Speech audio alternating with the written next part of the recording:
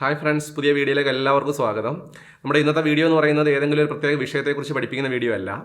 ശരിക്കും എൻ്റെ അനുഭവത്തിൽ നിന്നുള്ള കുറച്ച് കാര്യങ്ങൾ നിങ്ങൾക്ക് പറഞ്ഞു തരാനായിട്ട് ഞാൻ ആഗ്രഹിക്കുകയാണ്. അതായത് മറ്റൊന്നുമല്ല, പല ആൾക്കാർക്കും ഒരു വിചാരമുണ്ട്, നമ്മൾ ഏതെങ്കിലും ഒരു വിഷയത്തെക്കുറിച്ച് പഠിക്കുമ്പോൾ ആ വിഷയത്തിൻ്റെ സമസ്ത മേഖലയെക്കുറിച്ചും പഠിച്ചതിന് ശേഷം മാത്രമേ നമുക്ക് ചെയ്തെങ്കിൽ മാത്രമേ വിജയം കാണൂ എന്നുള്ളൊരു തെറ്റായ ധാരണയുണ്ട്. ശരിക്കും പറഞ്ഞാൽ അത് തീർത്തും തെറ്റായ ഒരു കാര്യമാണ്. പ്രത്യേകിച്ച് നമ്മൾ ബ്ലോഗിങ് രംഗത്തേക്ക്, അതല്ലാന്നുണ്ടെങ്കിൽ യൂട്യൂബ് രംഗത്തേക്കൊക്കെ ഇറങ്ങുന്ന സമയത്ത് നമുക്ക് എല്ലാ കാര്യത്തെയും കൂടെ പഠിക്കാനുള്ള ഒരു സമയമോ ഒരു സാവകാശമോ നമുക്ക് കിട്ടത്തില്ല. എൻ്റെ കേസ് തന്നെ എനിക്ക് എടുത്താൽ തന്നെ അറിയാം. ഞാൻ ഒരുപാട് കാര്യങ്ങളിലേക്ക് എൻ്റെ ശ്രദ്ധ പോകുന്നത് കൊണ്ട് അത്രയും കണ്ടൻറ്റ് എനിക്ക് കുറയുന്നുണ്ട്. ശരിക്കും പറഞ്ഞാൽ ഞാനിപ്പോൾ ഏകദേശം ഒരു 100ഓളം വീഡിയോകൾ ചെയ്തിട്ടുണ്ടെങ്കിൽ ഇത്രത്തോളം തന്നെ വീഡിയോകൾ ചെയ്യേണ്ടതായിരുന്നു. അതിനിടയ്ക്ക് വെച്ച് നമ്മുടെ ശ്രദ്ധയെന്ന് പറയുന്നത് ലൈറ്റിങ്ങിനെ കുറിച്ചും സൗണ്ടിനെ കുറിച്ചും അതുപോലെ അത്തരം കാര്യങ്ങൾ, ഗ്രാഫിക്സിനെ കുറിച്ചൊക്കെ ശ്രദ്ധ നമ്മൾ ഒരുപാട് പോകുന്നുണ്ട്. അതിനുവേണ്ടി പഠിക്കാനായിട്ട് ഒരുപാട് സമയം നമ്മൾ കളയുന്നുമുണ്ട്. അതുകൊണ്ട് തന്നെയാണ് എനിക്ക് ഇത്രയും വീഡിയോസ് കുറഞ്ഞു പോകുന്നത്. ഇനി ബ്ലോഗിങ്ങിൻ്റെ കാര്യം വരുന്നതിന് മുന്നേ ഞാൻ വേറൊരു കാര്യം നിങ്ങളോട് പറയുകയാണ്.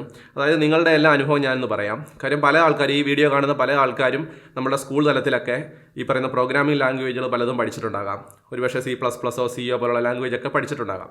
ഇത് പഠിക്കുന്ന സമയത്ത് എന്താണെന്ന് സംഭവിച്ചതെന്ന് നിങ്ങളൊന്ന് ആലോചിച്ച് നോക്കുക. നിങ്ങൾക്ക് കുറേ കാര്യങ്ങൾ തുടക്കം മുതൽ, ബേസിക് ആയിട്ടുള്ള കുറേ കാര്യങ്ങൾ മുതൽ നിങ്ങളെ പഠിപ്പിക്കാൻ തുടങ്ങി. എന്താണ് ക്യാരക്ടർ, എന്താണ് അറേ, അതല്ലെങ്കിൽ എന്താണ് C++ൻ്റെ പ്രത്യേകത, അത് ഒബ്ജക്റ്റ് ഓറിയൻറ്റഡ് പ്രോഗ്രാമിംഗ് കൺസെപ്റ്റാണ്.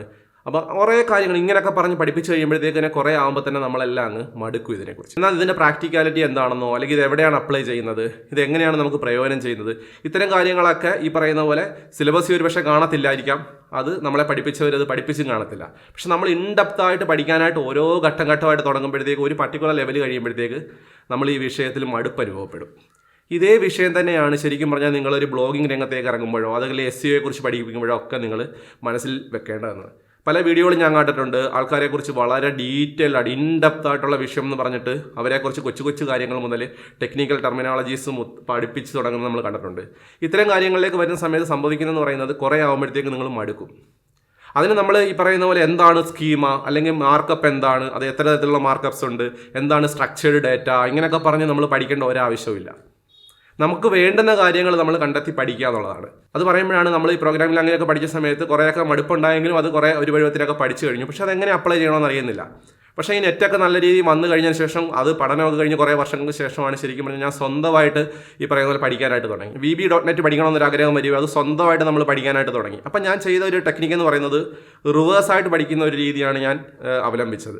അതിന് കാരണം എന്ന് പറഞ്ഞാൽ എനിക്ക് വേണ്ടുന്ന കാര്യങ്ങൾക്ക് വേണ്ടി എന്തൊക്കെ പഠിക്കണം അത് ഞാൻ പഠിച്ചു തുടങ്ങി. അങ്ങനെ ഞാൻ പഠിച്ച് ഈ പറയുന്ന VB.net കൊച്ചു കൊച്ചു ആപ്ലിക്കേഷൻസൊക്കെ സ്വയമേ ഡെവലപ്പ് ചെയ്യാനായിട്ട് തുടങ്ങി. പക്ഷേ എനിക്ക് അതിനെക്കുറിച്ച് വിശാലമായിട്ടൊന്നും അറിയത്തില്ലായിരുന്നു.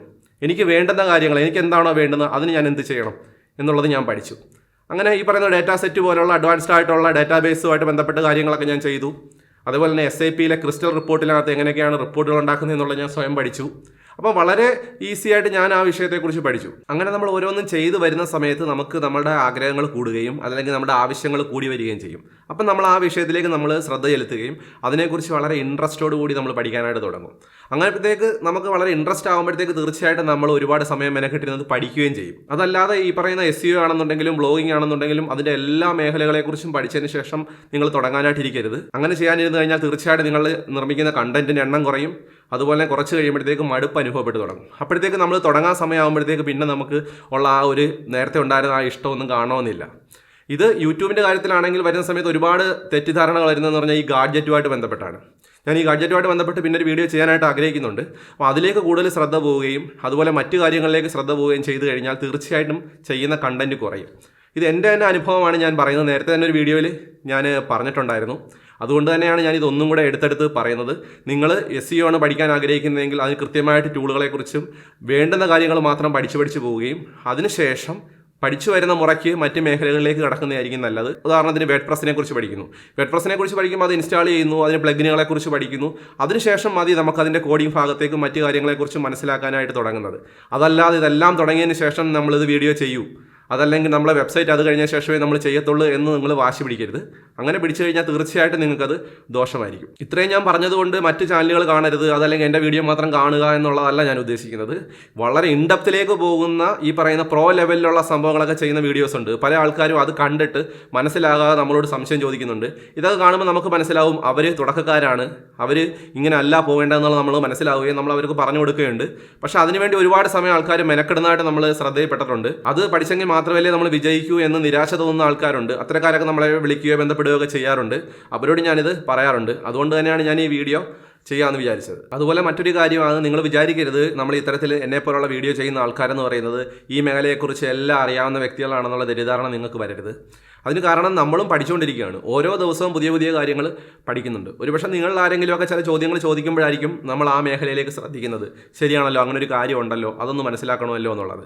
അതല്ല, നമ്മൾ ഇതിനെക്കുറിച്ച് പഠിപ്പിക്കുന്നു എന്നുള്ളത് കൊണ്ട് തന്നെ നമ്മളല്ല ഈ വിഷയത്തെക്കുറിച്ച് എല്ലാം അറിയാവുന്ന ആൾക്കാർ. ഒരുപക്ഷെ കാണുന്ന നിങ്ങളിൽ പല ആൾക്കാരും എന്നെക്കാളും ഈ വിഷയത്തെക്കുറിച്ച് അറിയുന്നവർ കാണും. അപ്പോൾ നമ്മൾ നിങ്ങളിൽ നിന്നും പഠിക്കാനായിട്ട് ശ്രമിക്കുന്നുണ്ട്. നിങ്ങൾ ഈ പറയുന്ന കമൻറ്റ് എഴുതുന്ന സമയത്ത് നമ്മൾ അത് വായിച്ചു നോക്കും. ചിലപ്പോൾ നമുക്ക് അറിയാത്ത കാര്യങ്ങളാണ്, അതിനെക്കുറിച്ച് കൂടുതലായിട്ട് പഠിക്കും. എന്നെ സംബന്ധിച്ചിടത്തോളം എനിക്ക് അറിയാത്ത ഒരു കാര്യവും ഞാൻ പഠിപ്പിക്കാനായിട്ട് ശ്രമിക്കാറില്ല. അറിയത്തില്ലെങ്കിൽ അത് കൃത്യമായി ചെയ്ത് പഠിച്ചതിന് ശേഷം മാത്രമാണ് ഞാൻ നിങ്ങൾക്ക് പറഞ്ഞു തരാറുള്ളത്. അതിന് കാരണം നിങ്ങൾ അതുമായിട്ട് ബന്ധപ്പെട്ടൊരു സംശയം ചോദിച്ചു കഴിഞ്ഞാൽ എനിക്ക് സംശയമില്ലാതെ പറഞ്ഞു തരാൻ പറ്റണം. അതല്ലാതെ നിങ്ങൾ ചോദിക്കുന്ന സമയത്ത് ഞാൻ ഗൂഗിളിൽ പോയി സെർച്ച് ചെയ്ത് നോക്കിയിട്ട് നിങ്ങൾക്ക് പറഞ്ഞു തരുന്ന രീതിയില്ല. അത് ഒരുപക്ഷെ നിങ്ങൾക്ക് ഈ വീഡിയോ കാണുമ്പോൾ തന്നെ മനസ്സിലാവും. ഞാൻ ചെയ്ത് നോക്കി എൻ്റെ എക്സ്പീരിയൻസിൽ നിന്നുകൊണ്ടാണ് ഞാനിത് നിങ്ങൾക്ക് പറഞ്ഞു തരുന്നതെന്നുള്ളത്. അപ്പോൾ എന്തായാലും ബ്ലോഗിങ്ങും SEOയും ആഡ്സെൻസും യൂട്യൂബായിട്ട് ബന്ധപ്പെട്ടുള്ള തുടർന്ന് കുറേ വീഡിയോസ് ഞാൻ ചെയ്യാനായിട്ട് ഉദ്ദേശിക്കുന്നുണ്ട്. നിങ്ങൾ ഇതുവരെ സബ്സ്ക്രൈബ് ചെയ്തിട്ടില്ലെങ്കിൽ ചെയ്തേക്കുക ഇപ്പോൾ തന്നെ. അതുപോലെ തന്നെ കണ്ടന്റ് ഇഷ്ടപ്പെട്ട് കഴിഞ്ഞാൽ ഷെയർ ചെയ്യുക, ലൈക്ക് ചെയ്യുക. അപ്പോൾ പുതിയൊരു വീഡിയോ ആയിട്ട് ഞാൻ വരാം. അതുവരേക്കും ബൈ.